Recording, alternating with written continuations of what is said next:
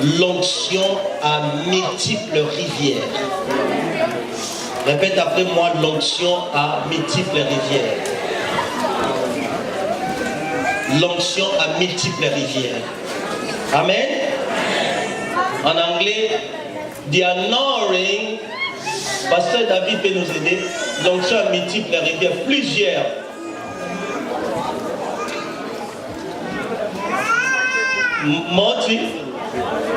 Montu, révèle-us. Amen.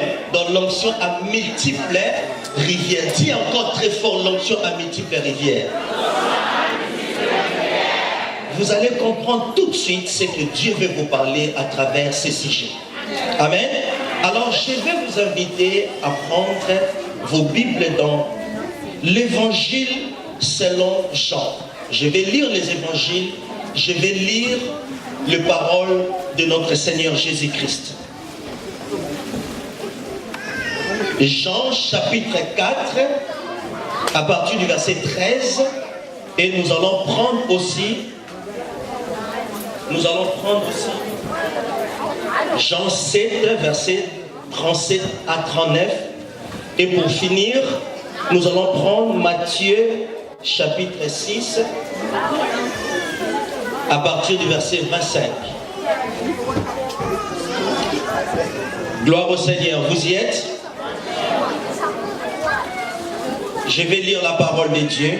Tout le monde m'entend? Alors lisons la parole. Jean chapitre 4, à partir du verset 13.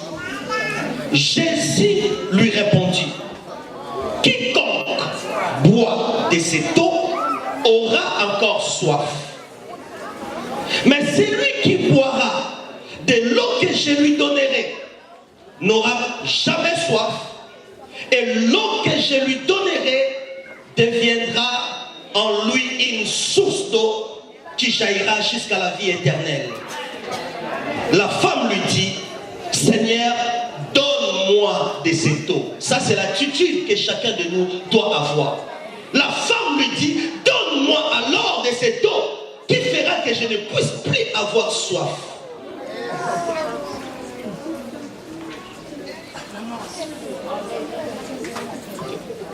Afin que je n'aie plus soif et que je ne vienne plus puiser ici. Verset 16. Va, lui dit Jésus, appelle ton mari et viens ici. La femme répondit: je n'ai point de mari. Jésus lui dit: tu as eu raison de dire je n'ai point de mari, car tu as eu 5 maris. Et celui que tu as maintenant n'est pas ton mari. Celui que tu as maintenant n'est pas ton mari. Et en cela, tu as dit vrai. Seigneur, lui dit la femme, je vois que tu es un prophète. Nos pères ont adoré sur cette montagne. Et vous dites que le lieu où il faut adorer est à Jérusalem. Femme, lui dit Jésus, crois-moi, l'heure vient où ce ne sera ni sur cette montagne, ni à Jérusalem que vous adorerez le Père. Mais vous adorez ce que vous ne connaissez pas. Nous adorons ce que nous connaissons, car le salut vient des Juifs. Mais l'heure vient, et elle est déjà venue, où les vrais adorateurs adoreront le Père en esprit et en vérité. Car ce sont là les adorateurs que le Père demande. Dieu est esprit, il faut que ceux qui l'adorent en esprit et en vérité. Amen. Je prends juste quelques pages après Jean chapitre 7, verset 37 à 39.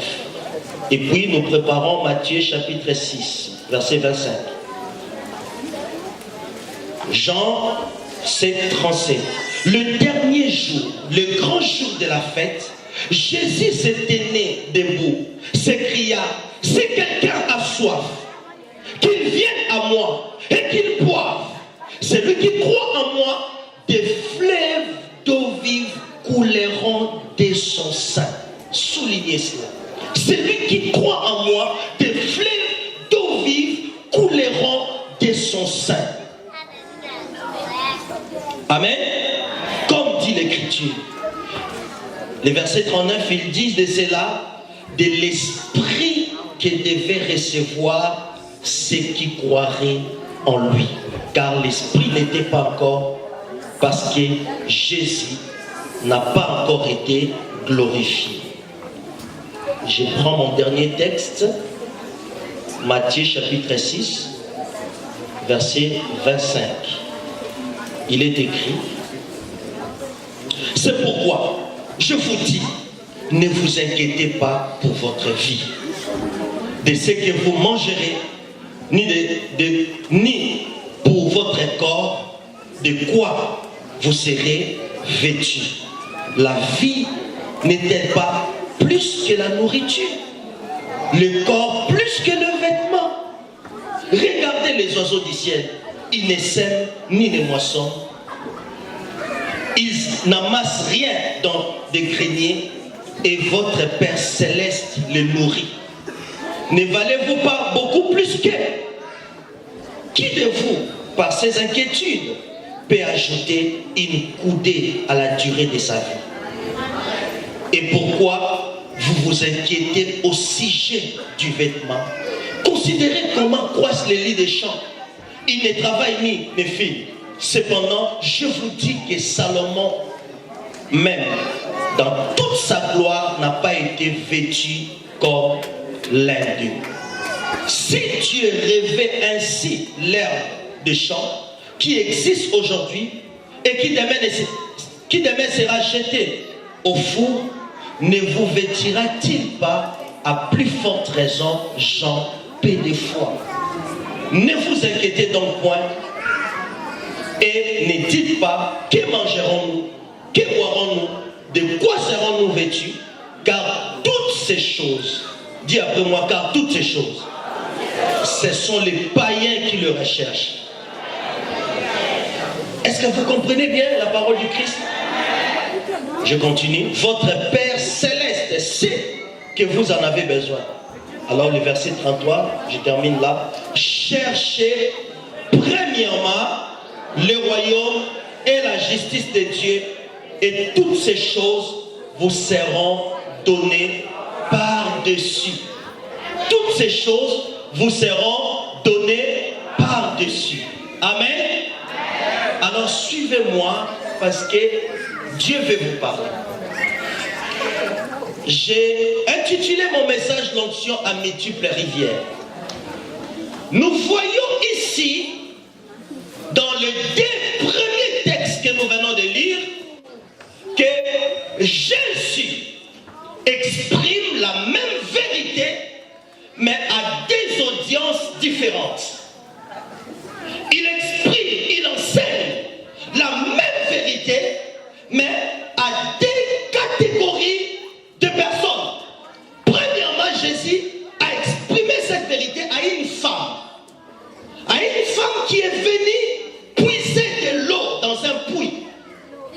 Et cette femme a trouvé Jésus dans ce puits, à côté du puits, et Jésus a engagé une conversation avec cette femme.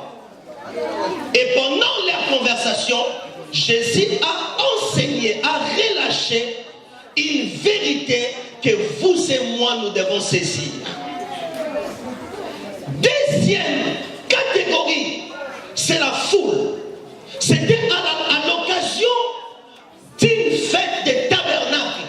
La fête des tabernacles, c'est parmi les fêtes juives, parce que les juifs ont plusieurs fêtes selon ce que Dieu leur a recommandé.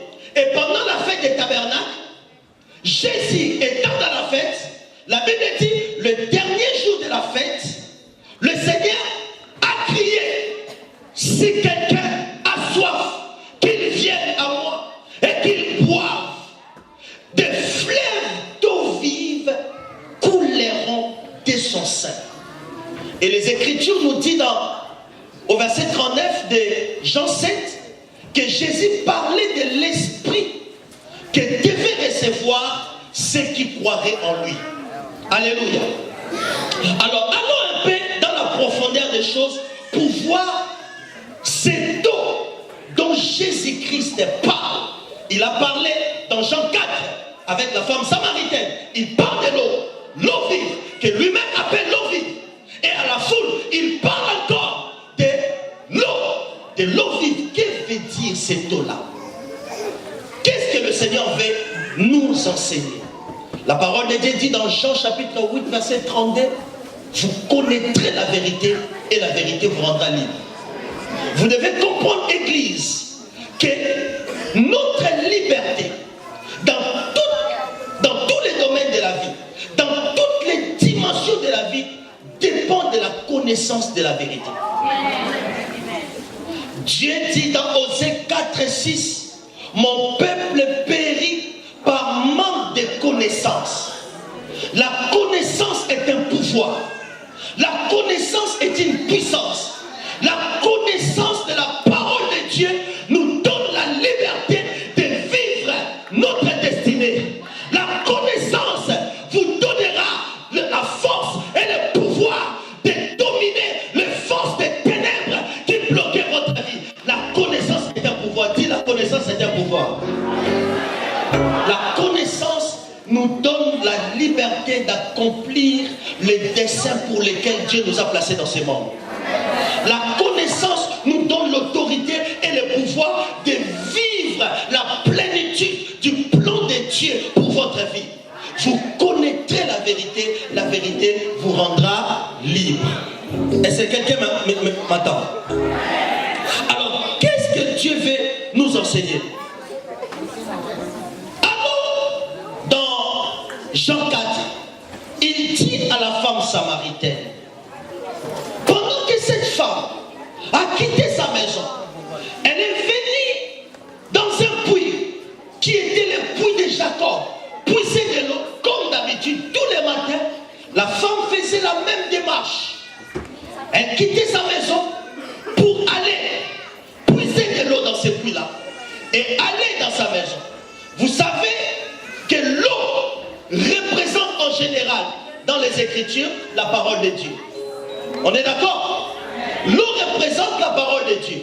Non, excusez-moi. L'eau représente la vie. Dans la parole, j'allais dire. L'eau représente la vie. Dans certains contextes aussi, ça représente la parole de Dieu.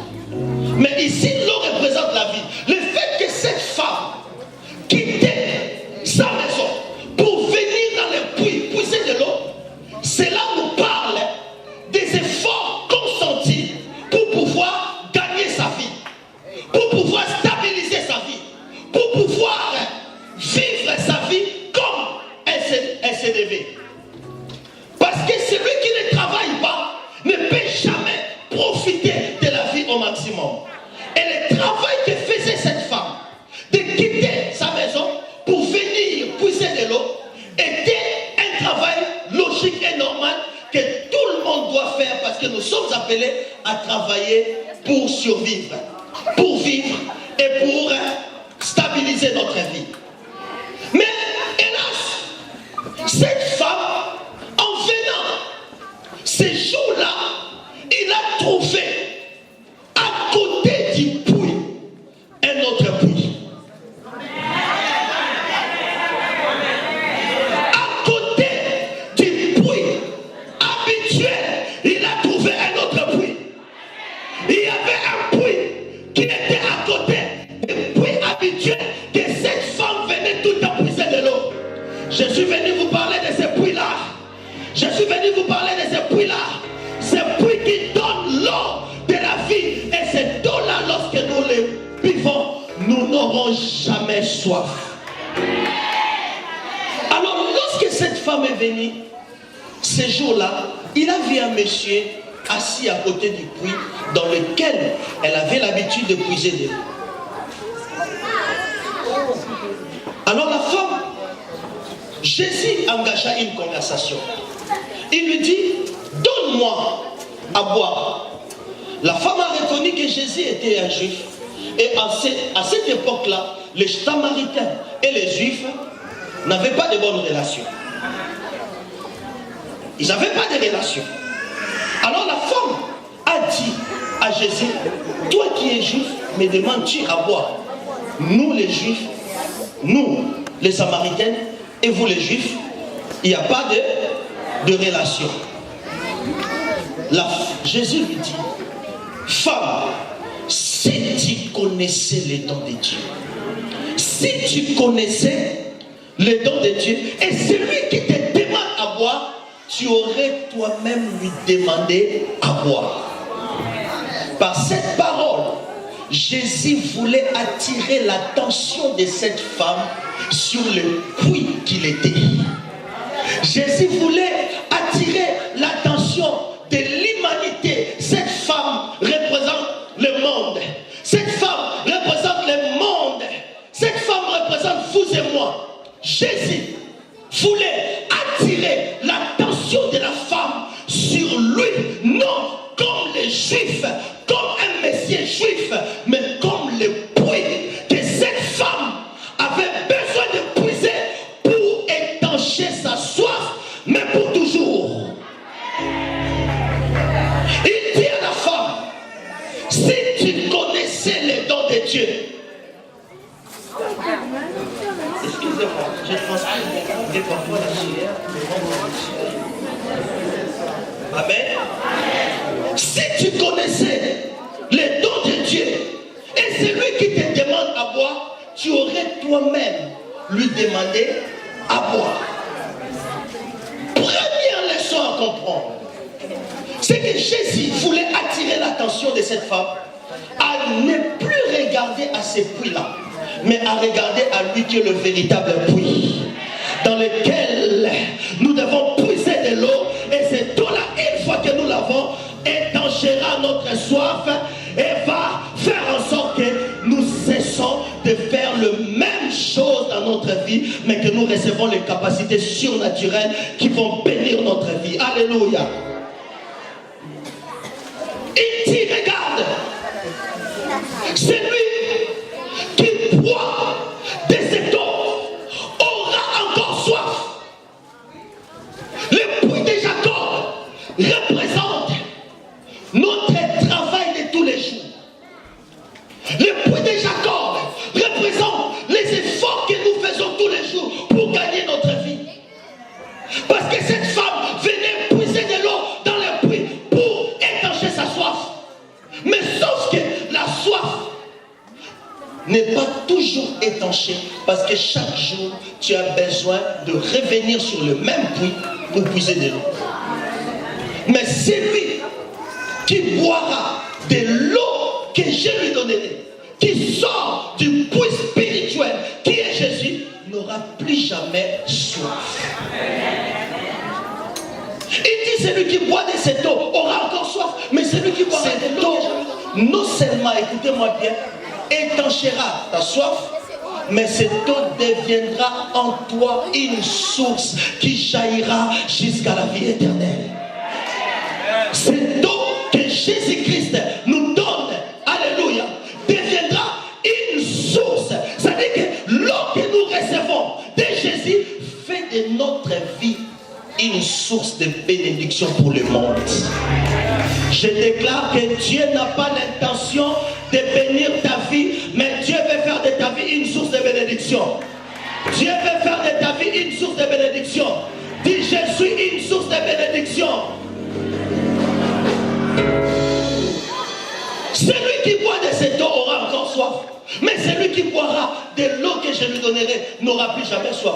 Et cette eau-là deviendra à l'intérieur de lui une source qui jaillira jusqu'à la vie éternelle. Alléluia. La même vérité, il exprime encore.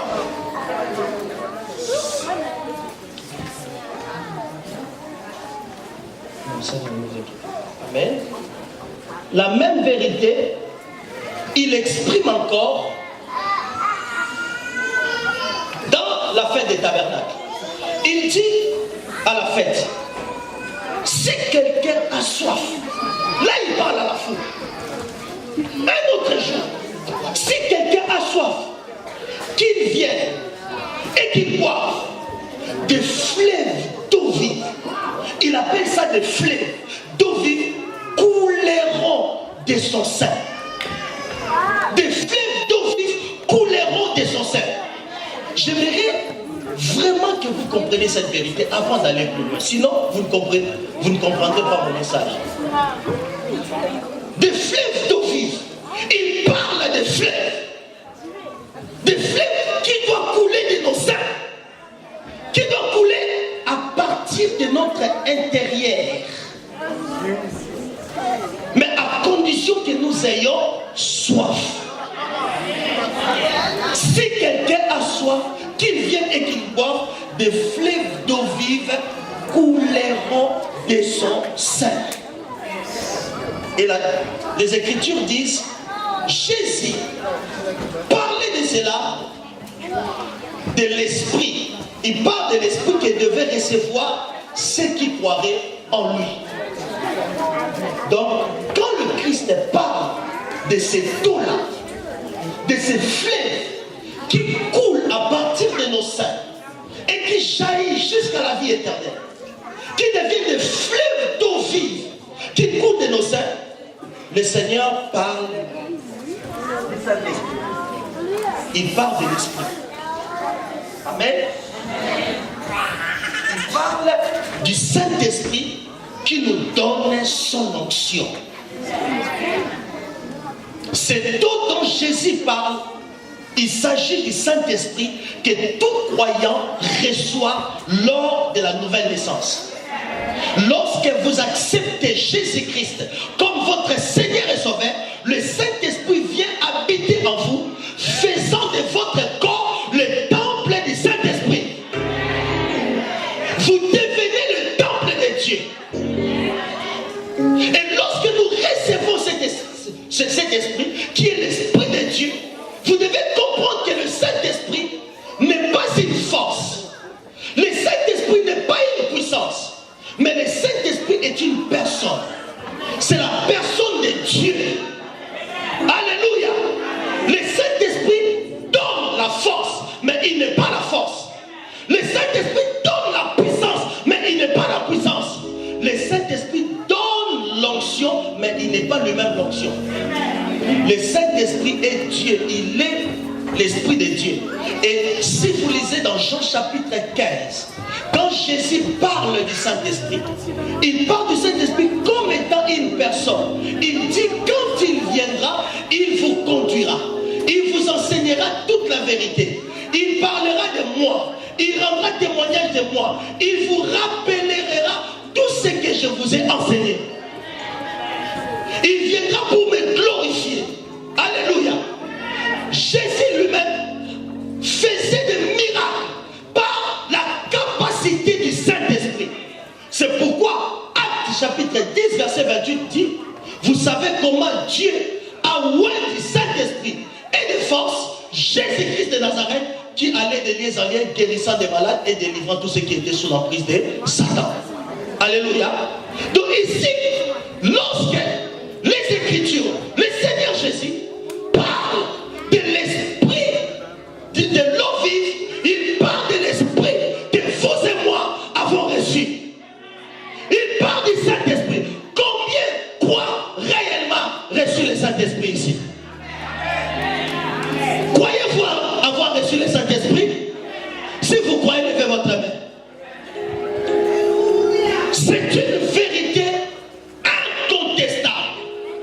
C'est une vérité évidente dans les Écritures.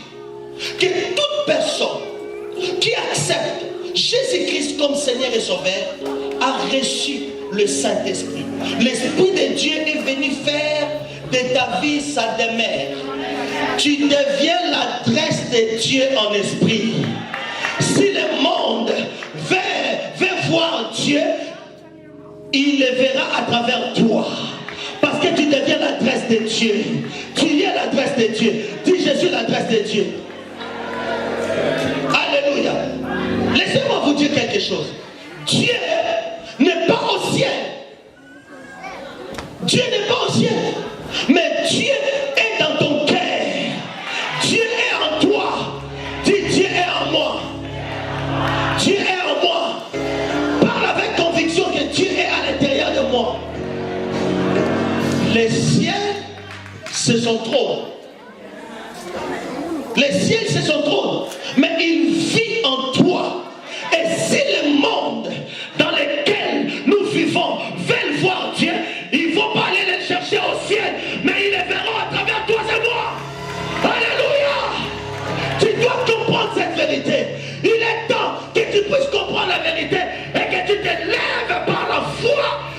tu commences à manifester Dieu qui vit en toi.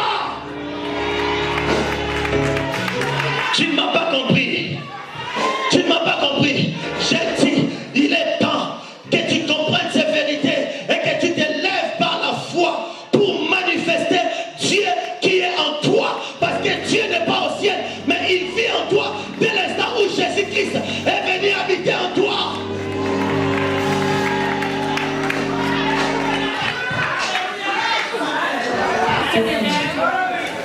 Il dit, si quelqu'un croit en moi, des fleuves d'eau vive couleront de son sein.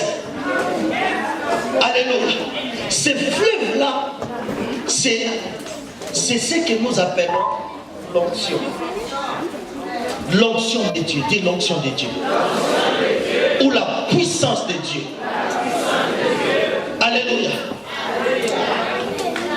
L'esprit que nous recevons, l'esprit de Dieu qui vient habiter en vous, dès l'instant où tu as accepté Jésus-Christ comme Seigneur et Sauveur, ton identité change. Tu deviens un citoyen du royaume de Dieu. Tu deviens un ambassadeur du royaume de Dieu. Tu ne deviens plus un simple citoyen. Tu n'es plus un simple citoyen de ce monde. Que personne ne te méprise, que personne ne te sous-estime. Tu es un fils, une fille de Dieu, un héritier de Dieu, parce que l'Esprit de Dieu habite en toi.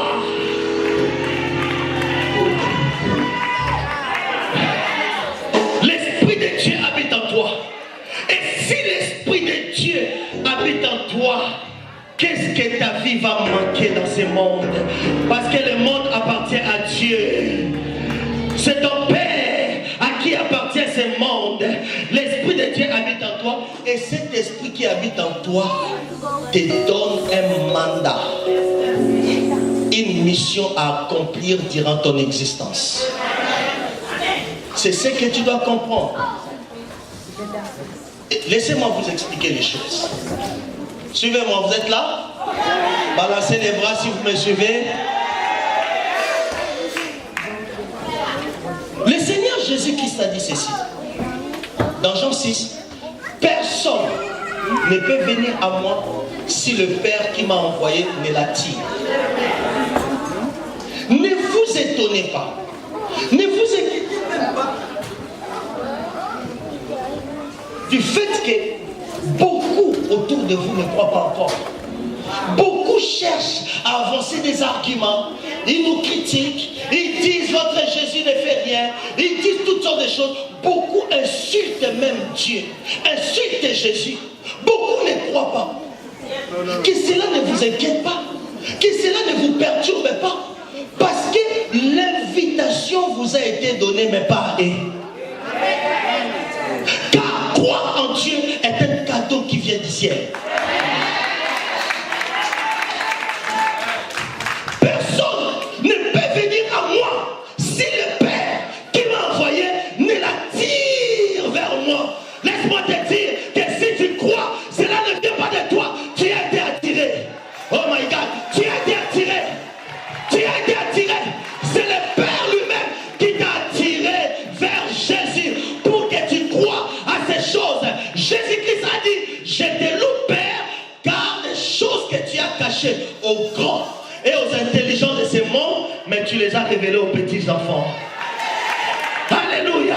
Éphésiens chapitre 2 verset 8 nous dit ceci. C'est par la grâce que vous êtes sauvés au moyen de la foi. Et cela ne vient pas de vous, mais c'est un don de Dieu. Alléluia.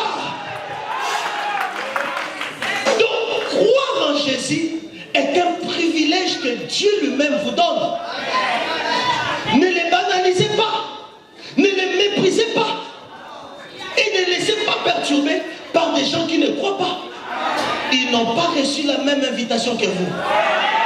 Ils n'ont pas été invités dans la fête. Dans des fêtes des grands rois, vous ne pouvez pas vous improviser devant la fête d'un roi et dire que comme il y a la fête, moi aussi je vais me pointer pour entrer à la fête. On va vous mettre dehors. Jésus-Christ est le roi des rois. Il est le Seigneur des seigneurs. Et s'il vous donne la capacité de croire en lui, sachez que vous avez été invité par lui-même. Est-ce que vous comprenez ça? Alors, puisque vous avez été invité, il a mis en vous un gage ou les sceaux de son héritage qui symbolise que vous êtes invité, vous faites partie maintenant de son royaume. C'est ça le Saint-Esprit. Il nous a donné son esprit et cet esprit-là nous donne l'onction. L'onction c'est quoi? L'onction c'est la puissance de Dieu. Et cette puissance, la parole de Dieu nous dit de ne pas les chercher, mais nous devons reconnaître que nous avons reçu la puissance parce que le Saint-Esprit habite en nous. L'Esprit de Dieu habite en nous. Et puisque l'Esprit de Dieu habite en nous, c'est lui qui manifeste la puissance de Dieu dans nos vies et au travers de nos vies. Ah, tu n'as pas compris ce que j'ai dit. Est-ce que quelqu'un a compris? Nulle part dans les Écritures, la parole de Dieu nous recommande d'aller chercher la puissance ou de chercher la puissance. Nous devons reconnaître que nous avons reçu la puissance. Nous devons reconnaître que nous avons reçu l'onction de Dieu. L'onction habite en toi. La puissance est à l'intérieur de toi. Mais ce qu'il te faut, c'est quoi? C'est de pouvoir comment le manifester. Savoir comment manifester la puissance pour terrasser tous les démons qui embêtent ta vie et qui embêtent ta famille. Pour détruire les œuvres des ténèbres, tu as besoin de relâcher cette puissance. Tu relâches la puissance. Relâchez la puissance. Écoutez-moi. Le plus grand problème de l'église actuelle, c'est quoi? C'est de savoir comment relâcher la puissance de Dieu. Le problème ne se pose même pas au niveau est-ce que nous avons reçu la puissance ou non. La puissance nous a été donnée. Dans Éphésiens chapitre 1, l'apôtre Paul prie pour les chrétiens. Il dit ceci: je prie Dieu pour qu'il illumine les yeux de votre cœur, afin que vous sachiez quelle est l'espérance qui s'attache à son appel. Quelle est l'espérance qui s'attache à cet appel que vous et moi avons reçu de Dieu? Quelle est envers nous qui croyons l'infinie grandeur de sa puissance qui se manifeste avec efficacité par la vertu de sa force? My God, my God, my God. À ceux qui ont reçu le Saint-Esprit, à ceux qui ont reçu le Saint-Esprit, écoutez ce que la parole de Dieu dit, que vous avez reçu aussi l'infinie grandeur de la puissance de Dieu qui se manifeste avec efficacité par la vertu de sa force. Alors celui qui a reçu la puissance, qu'est-ce que les démons peuvent encore faire dans la vie de cet homme-là? Oh, quelqu'un ne m'a pas compris. Celui qui a reçu la puissance, qu'est-ce que la maladie doit faire encore dans ton corps? Qu'est-ce que le blocage doit faire encore dans ta vie? Le freinage. Que peuvent encore faire les démons dans votre vie? Vous devez reconnaître avoir reçu la puissance. Cette puissance, c'est l'onction de Dieu, qui est un héritage de tout enfant de Dieu. Pour ceux qui ont reçu Jésus-Christ, il a dit, des fleuves d'eau vive couleront de son sein. Alléluia. Alors c'est ce que j'ai appelé l'onction à multiples rivières. Parce que cette puissance, suivez-moi, elle n'est pas une seule puissance. C'est la puissance de Dieu, mais elle prend des ramifications différentes. Jésus a dit des fleuves d'eau vive. Des fleuves d'eau vive. Ces fleuves-là sont au pluriel. Lisez les Écritures. C'est au pluriel. Ce n'est pas un seul fleuve qui se manifeste, mais plusieurs fleuves se manifestent dans la vie de ceux qui croient en Jésus-Christ. Il y capacités surnaturelles en vous. Il y a des facultés surnaturelles en vous. Il y a une grande onction qui se manifeste dans la vie de tout enfant de Dieu.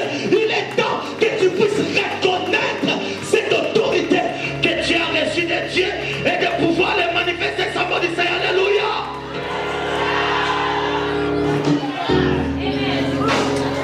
Dieu ne t'a pas destiné à vivre comme un malade. Dieu ne t'a pas destiné à vivre sous l'emprise des démons. Dieu ne t'a pas destiné à vivre dans la pauvreté. Dieu ne t'a pas destiné à vivre dans les limitations. Pourquoi? Parce qu'en donnant son esprit en toi, en t'accordant, mais l'esprit qui demeure.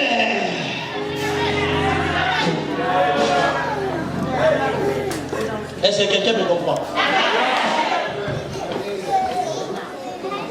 J'aimerais tellement que vous compreniez cette vérité. Parce que je reviendrai plus tard. Peut-être par la grâce de Dieu. Je n'ai que ces jours. Saisissez cette vérité, ça va changer votre vie. Beaucoup d'enfants de Dieu pleurent pour des choses auxquelles ils ne doivent pas pleurer. Beaucoup d'enfants de Dieu courent après des bénédictions. Au lieu de reconnaître que nous sommes bénis dans les lieux célestes par toutes sortes de bénédictions spirituelles en Jésus-Christ. Dieu ne t'a pas appelé pour que tu cours après les bénédictions. Parce que tu es déjà béni. L'esprit qui habite en toi, c'est l'esprit de la bénédiction. Jésus-Christ ne peut pas venir habiter en toi pour que toi tu continues à chercher la bénédiction. Parce que lui-même est la source de la bénédiction. Voilà là où l'église a un problème. Voilà l'église de notre temps est malade. Les chrétiens courent après les bénédictions. Les gens viennent dans l'église pour chercher la bénédiction. Dès l'instant où Jésus habite en toi, dès l'instant où tu crois en Dieu, tu es déjà béni. Tu es déjà béni. Tu es déjà béni. Tu es déjà béni. Je dis que tu es déjà béni. Tu es béni.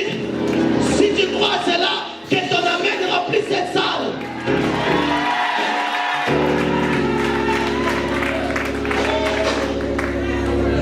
Je ne cours pas après la bénédiction. Mais je dois manifester la bénédiction qui est en moi. Alors lorsque je parle de l'onction à multiples rivières, soyez connectés avec moi s'il vous plaît. L'Esprit de Dieu est là. Soyez sensibles. Écoutez, lorsque maintenant je parle de l'onction à multiples rivières, cela veut dire quoi? C'est la puissance de Dieu qui nous a été donnée pour que nous manifestons maintenant toutes sortes de bénédictions que le Père nous a données en Jésus-Christ. C'est ça la vérité. Et si vous comprenez ces messages, New York sera embrasé par la puissance du Saint-Esprit. Vous n'allez plus laisser la responsabilité de l'église seulement au pasteur David ni au bishop Sam Célestin, mais vous tous, vous allez vous lever pour gagner les âmes et sauver cette nation.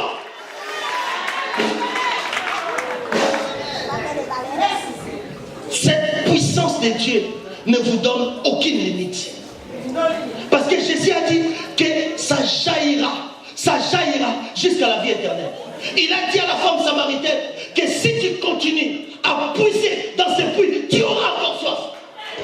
Tu auras encore soif. Demain, tu auras encore besoin de venir puiser dans ce puits. Mais celui qui boira de l'eau que je lui donnerai n'aura plus soif.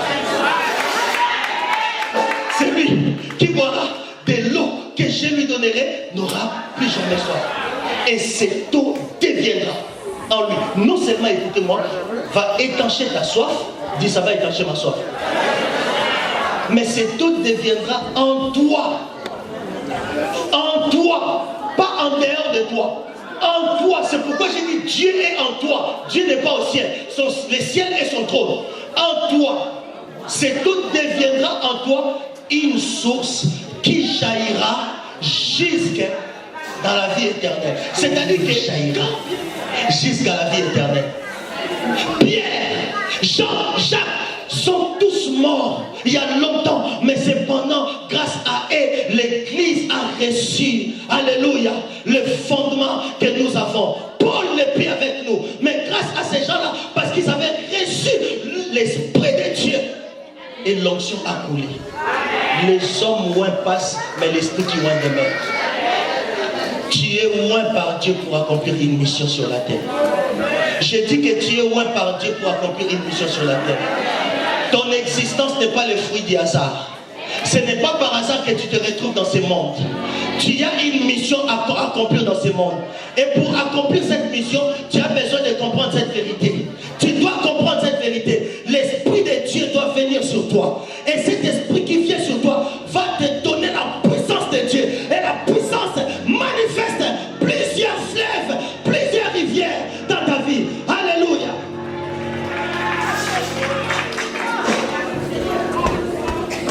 Alors, quelles sont les rivières ou le fleuve que l'Esprit de Dieu manifeste?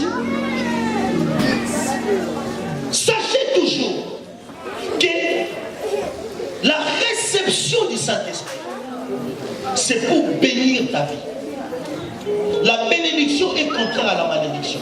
Lorsque l'Esprit de Dieu vient en toi, c'est pour chasser la malédiction dans ta vie. Quelle que soit la famille dans laquelle tu es né, même s'il y a eu des sacrifices, il y a eu de la sorcellerie, je suis venu t'annoncer que Dieu est venu pour te libérer de ces choses, de ces liens maléfiques, de ces liens démoniaques, de ces pouvoirs de la sorcellerie. Dieu est venu te libérer. Quelle que soit la famille dans laquelle tu es né, j'attends le Saint-Esprit me dit la suite. Est-ce qu'il y a une Isabelle ici qui s'appelle Isabelle? Isabelle. Est-ce qu'il y a une sœur qui s'appelle Isabelle dans cette assemblée?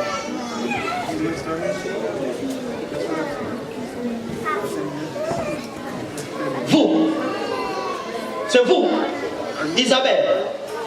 L'Esprit de Dieu me parle que je dois prier pour Isabelle. Isabelle, parce que je suis en train de voir qu'il y a des menaces de mort dans sa vie. Je suis en train de voir, on m'a montré un nom, Isabelle, et je la vois dans un cercueil. Et Dieu m'a dit de détruire les œuvres de Satan dans sa vie. Isabelle, c'est elle. Venez, l'Esprit de Dieu commence à agir.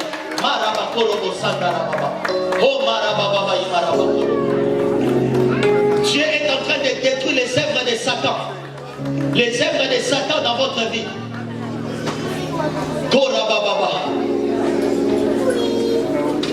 Vous avez été beaucoup attaqués. Et l'Esprit de Dieu me dit qu'il y a eu un plan dans le monde des ténèbres pour que au mois de mars, tu fasses un accident et que tu meurs. Mais Dieu me dit que ce plan-là est échoué.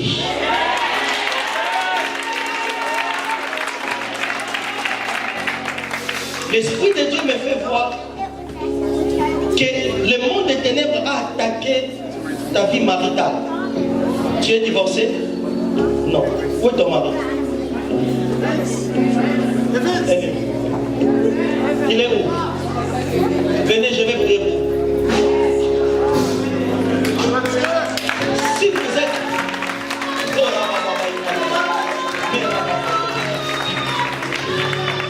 Si vous êtes là, c'est la grâce de Dieu.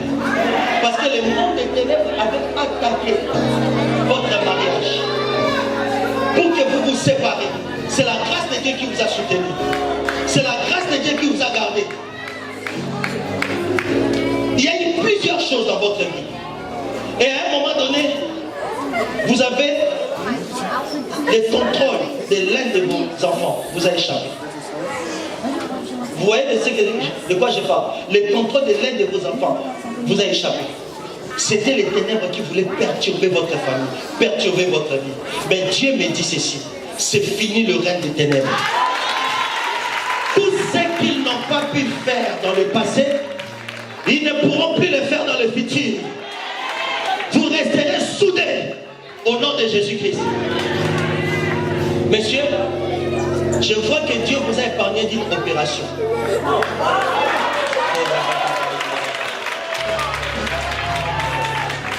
Une opération qui allait très très mal tourner. Dieu vous a épargné de ces dangers et Dieu est en train de vous guérir miraculeusement.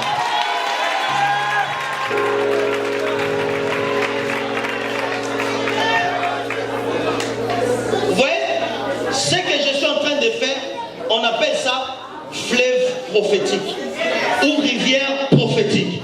Vous voyez, vous aussi vous êtes capable de le faire lorsque vous allez laisser le Saint-Esprit la place dans votre cœur. Lorsqu'il va vous remplir, il y aura différents types de rivières et de fleuves qui couleront de vos seins.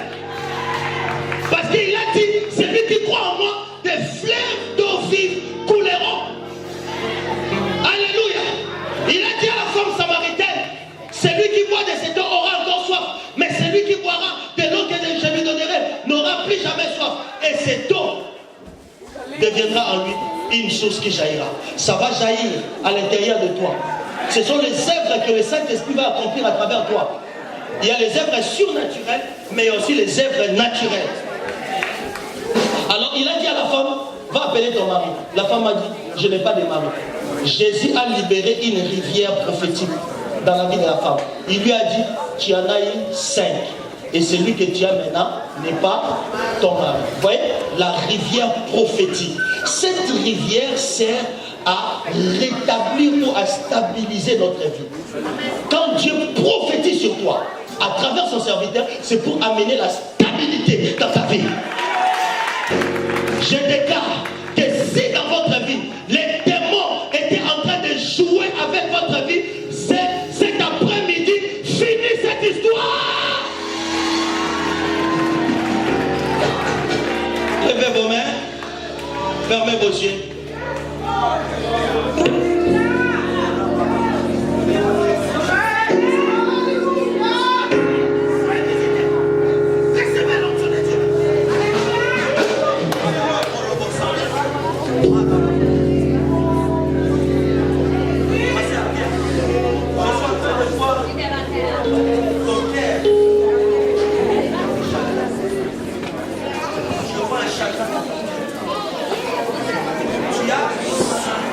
Connu une déception dans le passé, une grande déception. Tu vois de quoi je parle. Mais Dieu me dit, c'est lui qui a permis ça pour t'écarter de certaines personnes. Il a voulu t'écarter parce que ces personnes-là allaient être un obstacle pour ton avenir. Alléluia. Je vois Dieu en train de lever ta vie. Dieu est en train de bénir ta vie. Qu'est-ce que tu fais dans la vie? Je vois Dieu est en train de lever ta vie, de bénir ta vie. Tu as des enfants. Tu te soucies pour l'un de tes enfants. C'est vrai. Beaucoup. Sa vie t'inquiète. Dieu me dit, laissez-lui agir. Recommande cet enfant entre les mains de Dieu. Laisse Dieu prendre le contrôle de sa vie.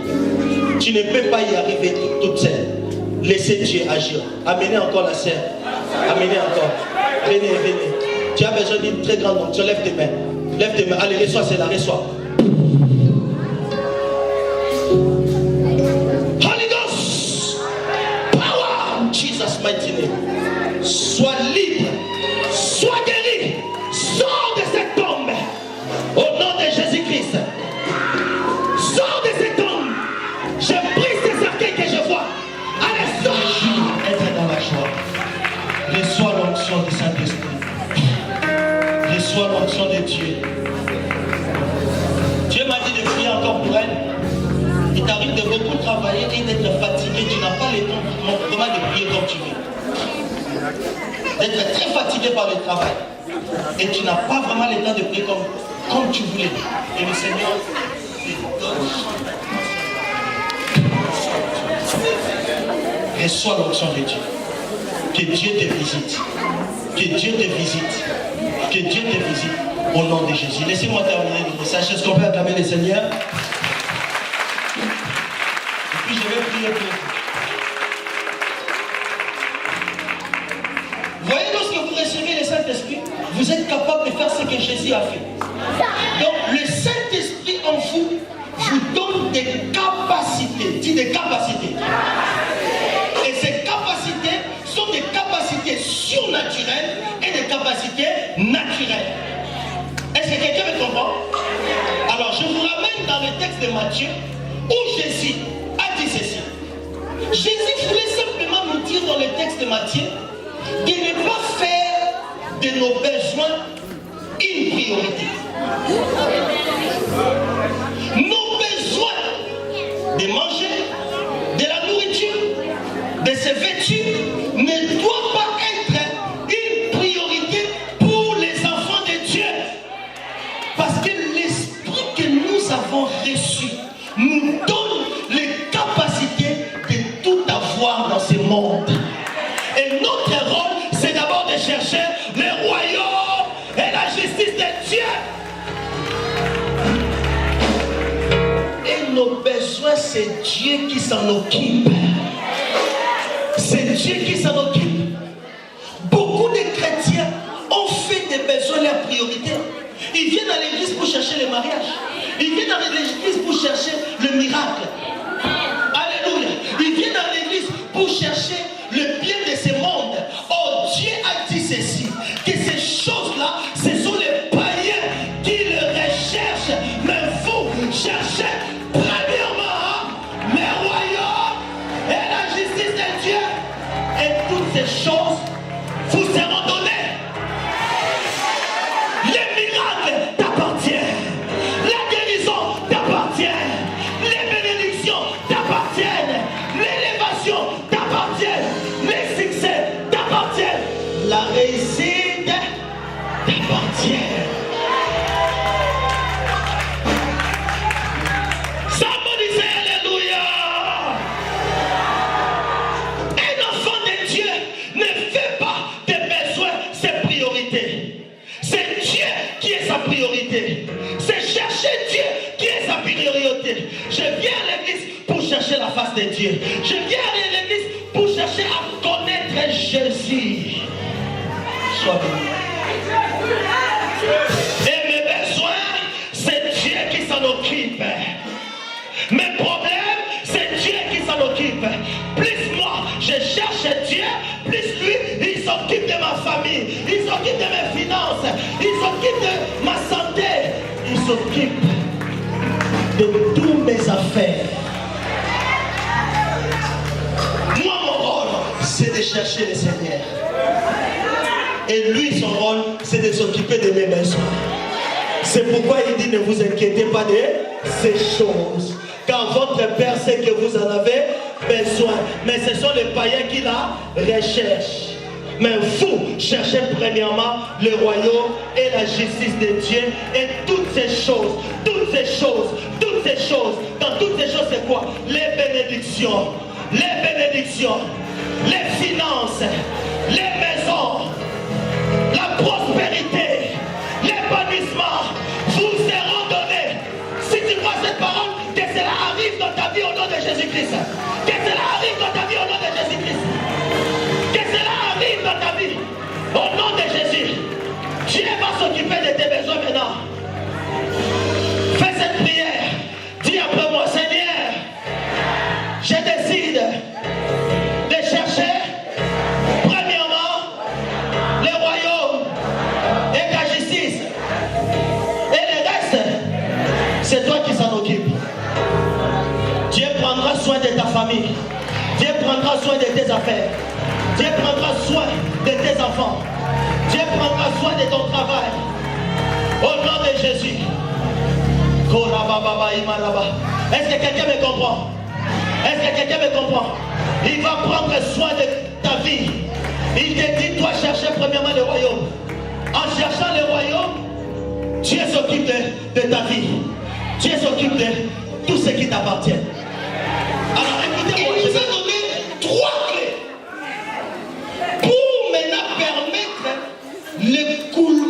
bénédiction. Ce que j'appelle le fleuve d'eau vive, ce sont de différentes onctions qui se manifestent dans la vie de tout enfant de Dieu. Ce n'est pas seulement pour les pasteurs, ni pour les prophètes, les apôtres, mais pour tous ceux qui croient. Jésus a dit, si quelqu'un croit, des fleuves d'eau vive couleront. J'ai souligné une vérité que ces fleuves sont au pluriel. Donc il y en a plusieurs fleuves. Et je les ai catégorisés en deux catégories.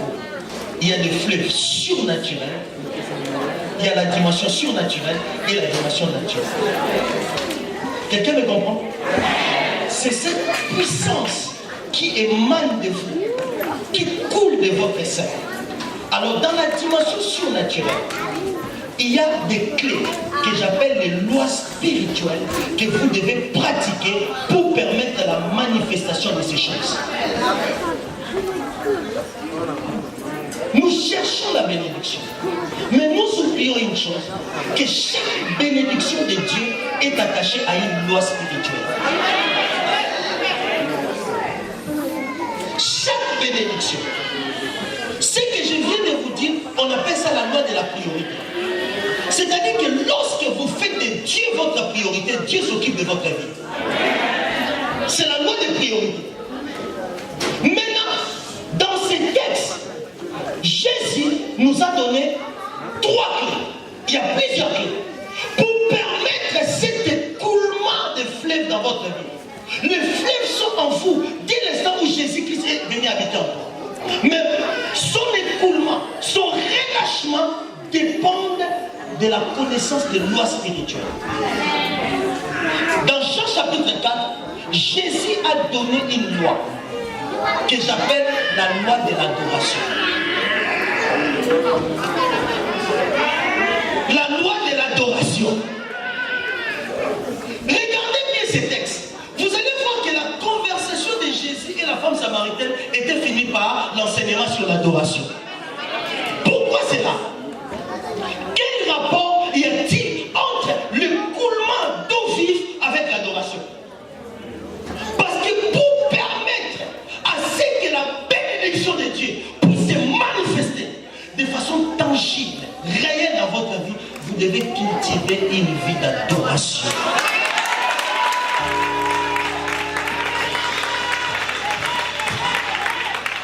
Parce que, écoutez-moi, l'adoration est la meilleure façon de communiquer et de communier avec Dieu. Toutes les prières que nous faisons après sont venues après la chute de l'homme. Après que l'homme a été séparé de Dieu. C'est alors que nous avons les prières de combat spirituel, les prières de l'intercession, les prières de chasser les démons. Mais lorsque Dieu a créé l'homme, Dieu l'a créé pour que l'homme l'adore.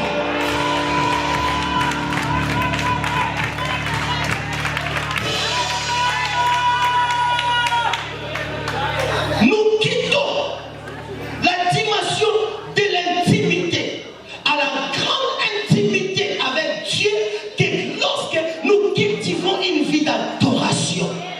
C'est la raison pour laquelle Jésus a enseigné cette femme-là pour permettre à l'écoulement du Saint-Esprit. Après avoir cru en Jésus, vous devez cultiver la vie d'adoration. La vie d'adoration, c'est dire ce que Dieu est. Déclarer ce que Dieu est. Et cela doit être fait de tout votre cœur. Parce que votre communion avec Dieu trouve sa source dans votre cœur. Ce n'est pas en étant distrait. C'est être concentré et adorer Dieu en esprit et en vérité. Passez le temps. Ne lui demandez rien. Adorez seulement. Il connaît vos besoins. Il connaît vos soucis. Il connaît vos problèmes.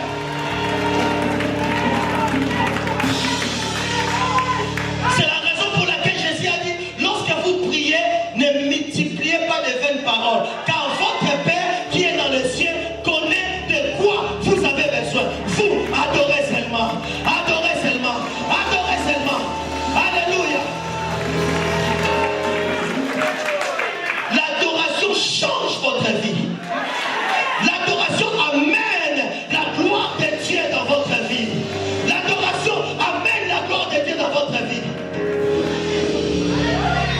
cultiver la vie d'adoration. Deuxième clé. Dans Jean 7, 37, il a dit si quelqu'un a soif. Si quelqu'un a soif. N'étanchez jamais la soif de la présence de Dieu dans votre vie. La deuxième clé, loi spirituelle, c'est la loi de la soif de Dieu. Si vous voulez voir Dieu dans votre vie, vous voulez voir Dieu changer votre vie, ayez toujours soif de lui.